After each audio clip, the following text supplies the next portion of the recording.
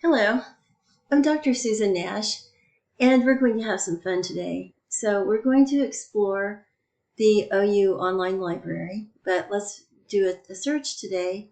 And let's just say, okay, we noticed that Taylor Swift's The Life of a Showgirl debuted. That was exciting. And there's a particular song called The Fate of Ophelia. And we were just happened to be watching her music video. And there's a part where we're going through, actually it looks like she's in a museum walking up to a painting, and then she is rising up out of the painting. So I can't do any like music stuff out of it, but so here we go. So what is this about? And probably most of you remember Hamlet from high school and the whole concept of Ophelia and Hamlet, but what exactly went on and why would Taylor Swift make a picture talking about the fate of Ophelia? And most of you probably remember John Everett Millais' famous painting that's at the British Museum, the Tate, and you see her, this beautiful woman, young woman, lying in a stream, and she has drowned. Now, did she self-harm, or did she just slip in? Notice she has in her hand a number of flowers, and those are all referred to in the play. You probably vaguely remember those, especially rue and pansy. I remember them. Anyway, so here we go. Okay, what's exactly going on? And so we think, okay, let's look at the play itself. So we can go to the Folger online library, the Folger Shakespeare library, and we have Hamlet.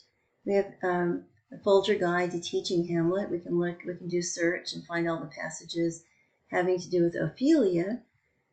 And that's all good, but we really want to know, what do other people say about maybe not Taylor Swift and the fate of Ophelia, but what's the actual story that inspired Taylor Swift? What is that story about, that song? And if you listen to the song, it thanks that, she's thankful that she didn't fall into the fate of Ophelia. And that's kind of telegraphing, or at least shorthand for a very complex situation, and it's really intriguing. I reread all the passages about an hour ago, and it's just like, wow, it's a lot deeper than I had really thought before, but I really want to know what other people have said. So what I'm going to do is go to the OU online libraries, and I'm going to log in.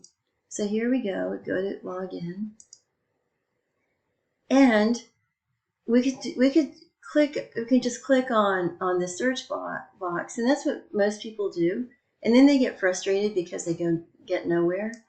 But what I'd like to say is I like to look at the databases.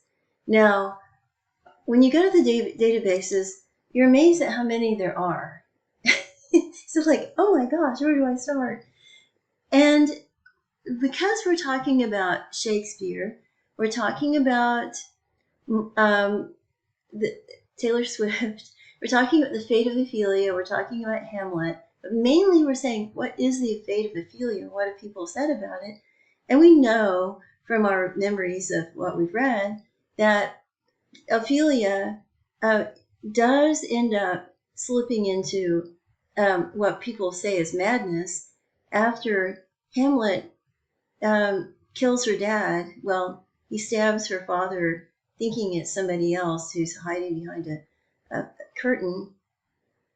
And so Ophelia is distracted and distressed by that. But then she's more distressed because Hamlet has been telling her all sorts of things about, like entreaties of love, etc. But then he says he doesn't love her, loves her. Her brother Laertes says, beware of Hamlet. He is a mess. Don't trust him. Don't believe a word he says. And yet she still is intrigued, but she does. Her father Polonius, who's later killed, said, pay no attention to him. He will just drag you down. Anyway, I'm saying these things in in a very shorthand way too, and that's not really helping me. I know that is enough, but what do other people say? So we have several different humanities-focused databases, and we also have some that are sort of medically focused. That would be ScienceDirect. Project Muse is totally focused on humanities. We also have EBSCO and ProQuest.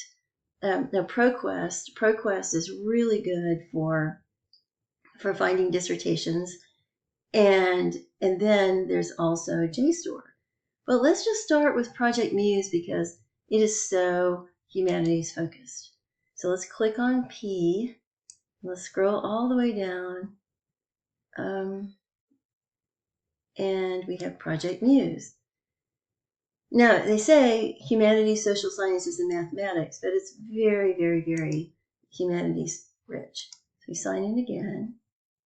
And let's just understand that the key to finding articles that make sense are those that have to do with good search terms. So we know we have, we could do a question. Would that work? Let's just do, these are other ones, searches I did in the past. It remembers them, but we don't need to know about that. So let's see, let's just try a question. Let's pretend, what is Ophelia's fate in Shakespeare's play Hamlet? And we'll see if we have large language models going on here, and if we can do a search term that's a question. Not really. So let's go back to our regular way of doing Boolean search terms. So let's just go Ophelia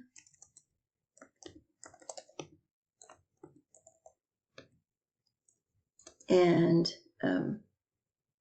Hamlet fate. See if anything comes up that's any better.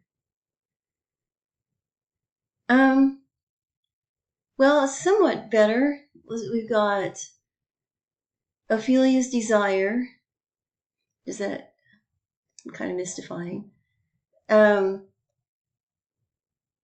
Performance in history.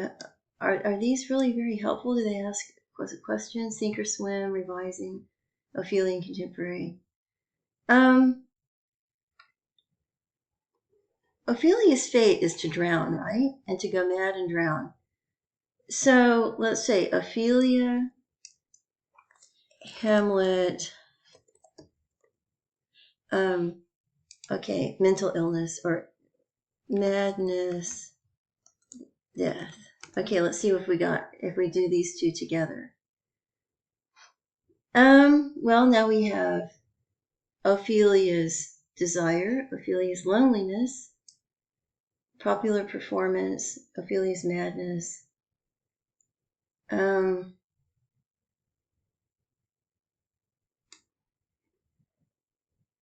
What is her fate? Why? What happens? Let's just say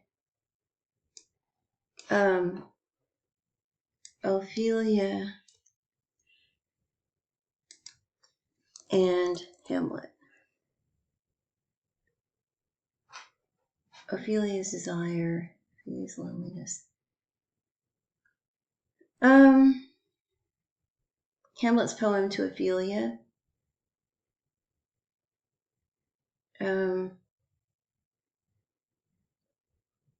Well, I mean, there's one point where Hamlet says, "Get thee to a nunnery," get the idea that he's trying to compromise her virtue, and Hamlet's trickery, Hamlet lies, Hamlet deception, Ophelia. Okay. We're getting the same things. Well, let's just Hamlet in the vision of darkness, the snare of scandal. I don't know. This is not really taking me where I wanted it to go.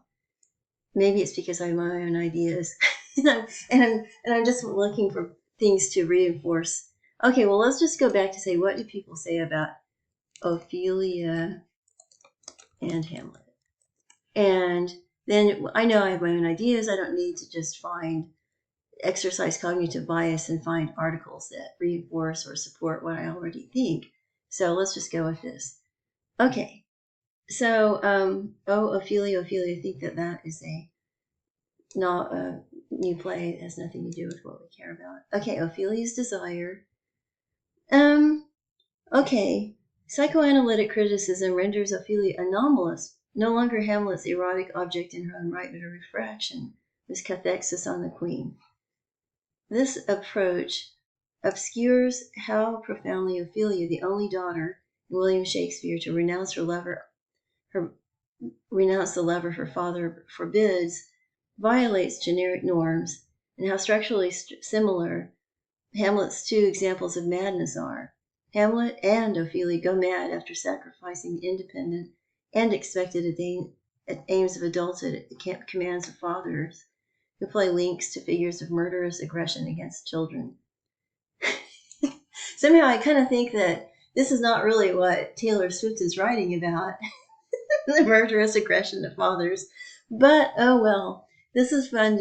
Okay, so let's download it for the heck of it. So we'll save it, download it, we'll have it. And so in Project Muse, when you want to download something, you just download it. View summary, you download it here. Download this file. And then you just can put it in files, do it anywhere you want. So you can create, I won't actually download it, I'll show you how. Okay, so now let's just go back and let's say we finished downloading and we want to go back. So we want to do the citation. So we were using APA, right? So let's just click on APA and we can copy and paste. And then copy and paste that into a notepad thing. Okay, so let's just go to other ones. So let's pick up the pace here. We don't need to mull around Project Muse too long, but we get the sense of how to do that. Okay, now I think that Ophelia's fate is pretty much rooted in what happens to her in terms of going mad. So according to the play, they use that word mad. So let's go to ScienceDirect and just say madness, Ophelia, madness in Hamlet. Just see what happens. Oh wow. This looks quite interesting, and it's open access. Ophelia revised, the paradox of femme fragile in modern revisionings of Hamlet. I think this is fascinating. Okay, that's a good one. Hamlet et la folie, une revue historique. No, I don't think so. French isn't good enough. Yeah, there's a method in his madness, dimensions of deception and dangerousness. Oh my goodness, sounds good. The problem is it's a review article. It's a review of a book, so that's not really all that helpful. Hugh Diamond's photographic representations of madness, mental illness, feeling ecstatic in Shakespeare, the godfather of neuroscience, anatomy of melancholy. That's not even Shakespeare. Okay, well, anyway, let's just say Ophelia's madness. Just see what that comes up. Ophelia madness, mental illness.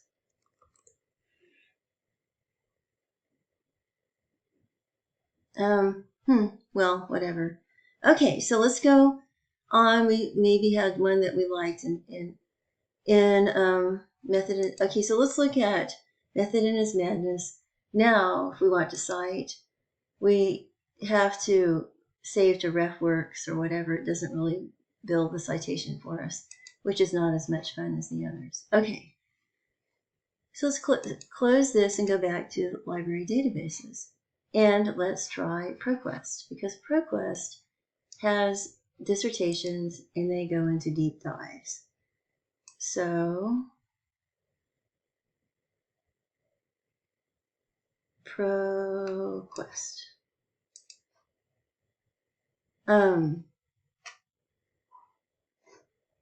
Okay.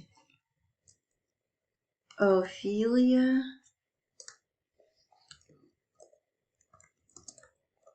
Madness, deception, deceived, Hamlet. I'm adding more just to see what happens. Madness, myth, and misogyny, a study of Shakespeare's Hamlet, King Lear, Macbeth, Hamlet, Prince of Surrealism, performing roles, images of Ophelia in Britain, Shakespeare and Elizabethan, theater's revelatory deception. Let's just go back. Let's just say deception in Hamlet.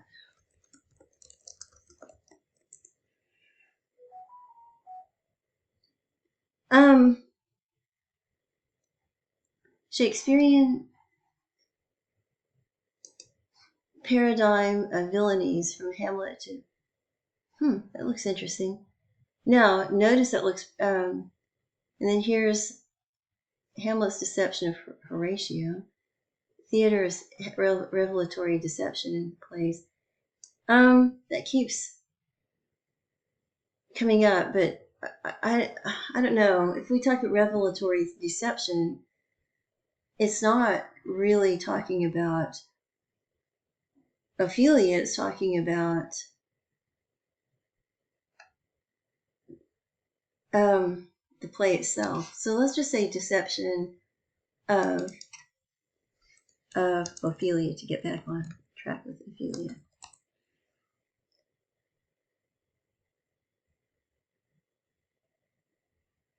Okay, I think we've oh my goodness. Okay, here we go. We've hit home run. It's 2015. It's old, but not too old. Who is Ophelia? An examination of the objectification of subjectivity of Shakespeare's Ophelia. And so we'll have at least some. It's a dissertation. So that means there are going to be a lot of opportunities to. Oh, Bachelor of Arts, thesis. Oh, she has a Bachelor of Arts. Okay, thesis, and well, it's just an MA thesis. Not so great, but at least it has been somewhat lightly peer-reviewed by her professors. Okay. Ophelia is Laertes' mock daughter.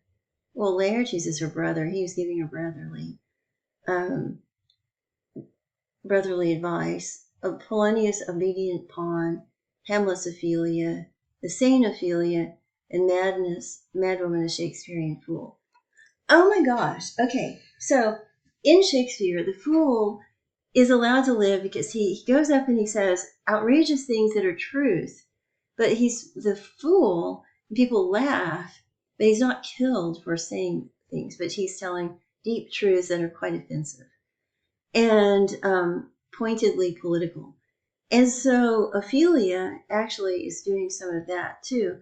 I highly recommend, yes, let's go to Shakespeare and read the play. But anyway, so let's say we're going back to ProQuest. Now, let's go back. We can download it. We want to. And we are going to click on it again.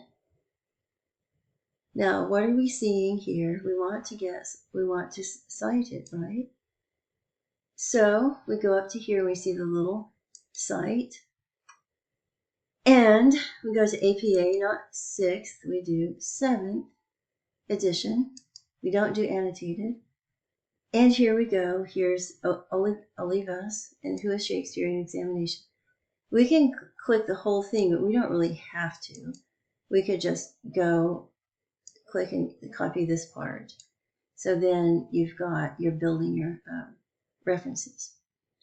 So there you go. If you're using RefWorks, EndNote, Noodle Tools, Never seen that. EasyBib or Microsoft Excel format. You could do that.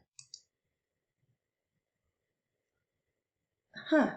Well, this is useful. That way you can sort them and all sorts of things. I just usually use Notepad and just copy and paste in that. Anyway, that gives you an idea. And now finally, let's go to EBSCO. And the reason I'm doing it and doing all these different databases is to show you that you get different articles in different databases. Why? Because the journals do not all have contracts with the same brokers. Okay, databases. Okay, so Ophelia, Madness, Deception, Hamlet.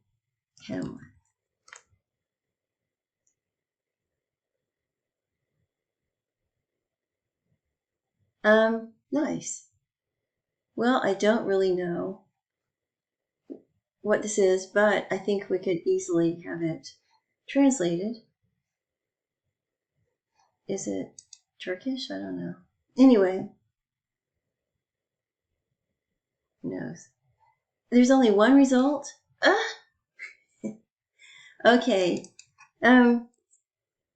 Let's just say Ophelia and Hamlet.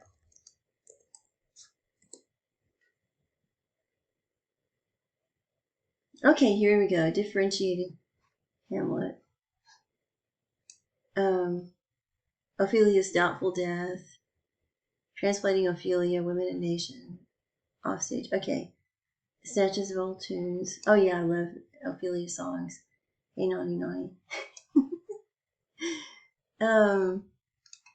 Ophelia and Madness in Hamlet.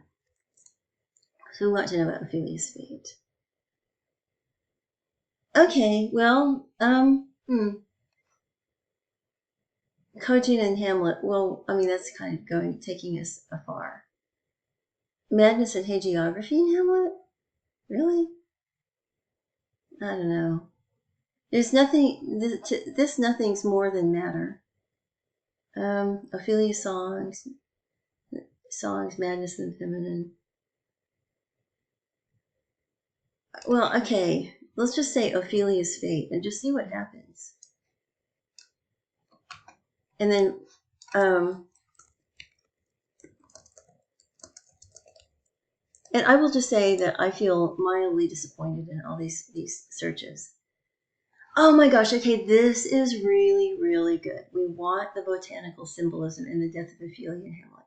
Yes, yes, yes. And it's recent, 2025. It's the Explicator, which is a very close reading thing.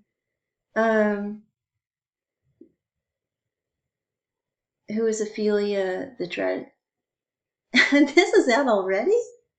The tragic story and the character named in Taylor Swift's The Life of a Showgirl. And that's in People magazine. Well, it's not very scholarly, but very useful for taking a look at it. This looks like it's Hungarian. JSTOR. I don't know how you pronounce that stuff. Okay, so let's go to symbolism. It's peer-reviewed. It's recent, March 2025. And let us look at the citation. We want to cite this. We do. So we go up to the little 7th edition, so we can copy and paste this. It's always good to have the DOI. Okay. And then let's just check for the full text. I know we have full text, or we used to, because years ago, I had an article published in the Explicator, and I looked at it and gloated over it more than once. Okay. Full text is available. And it looks like you have to go. How can this be? It's this year, 2025. Maybe it's embargoed and it's not online yet. So you have to go request via library loan and get them to scan a thing. I don't know. I just don't know. It's so weird. Because I know the Explicator is available. So let's go look at Taylor and Friends. Okay, here it is. Good, good. We just have to click on a link. Well, that's helpful. Okay, this is lovely. I am definitely going to download this. So thrilled. And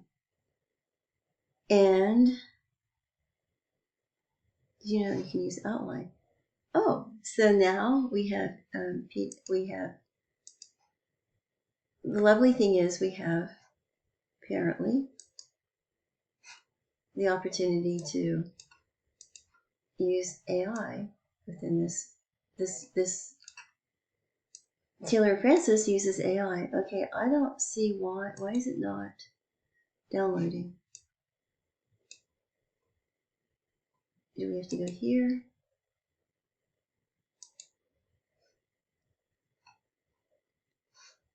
Well, at any rate, you get the idea.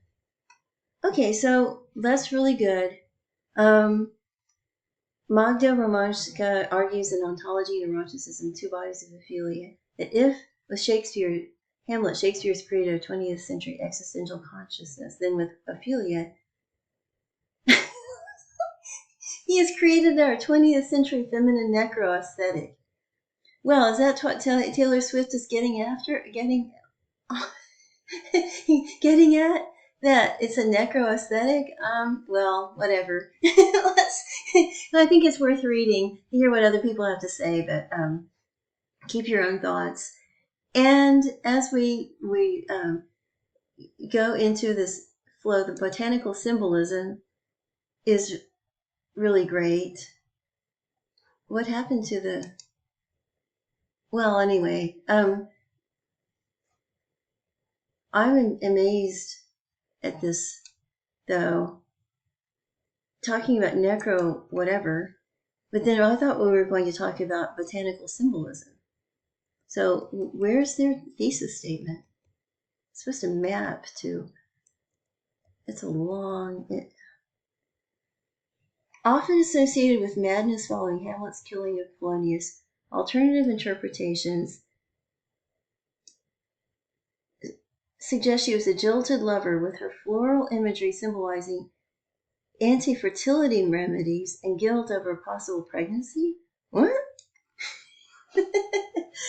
Well, if this is what Taylor Swift is getting at, wow, let's look. I don't know. I mean, somehow I don't think that avoiding Ophelia's fate is really what Taylor Swift... Well, my thought was is pretty simple, that her song is really about maintaining positive mental health and not being too deceived by men and their talk, you know, like false promises. And I don't think it really has to do with the death of Polonius more as much as Hamlet's deception and his own madness that leads him to pretend that he has no responsibility for his rash promises and professions of love. But I need to form those thoughts more clearly. Okay, well, I'm rambling, and I love this, though. So I would love for you to share your thoughts with me. And let's just end by looking at Ophelia's lovely photo painting depiction, John Everett Millais. And then here's Taylor Swift rising from being drowned. And then if you've watched the video, you know that she goes into her life as a showgirl wearing cool red stuff. Anyway, so thank you. And I really, really hope that you share your thoughts. And what is Ophelia's fate in, the fate of Ophelia in Taylor Swift's song? And how does it fit in with the overall life of a showgirl? Thank you. Don't forget to go down and like and subscribe and share, but mainly comment and let me know your thoughts. Okay, this is good. Thank you very much. I'm Susan Nash, and this is eLearning Corgi.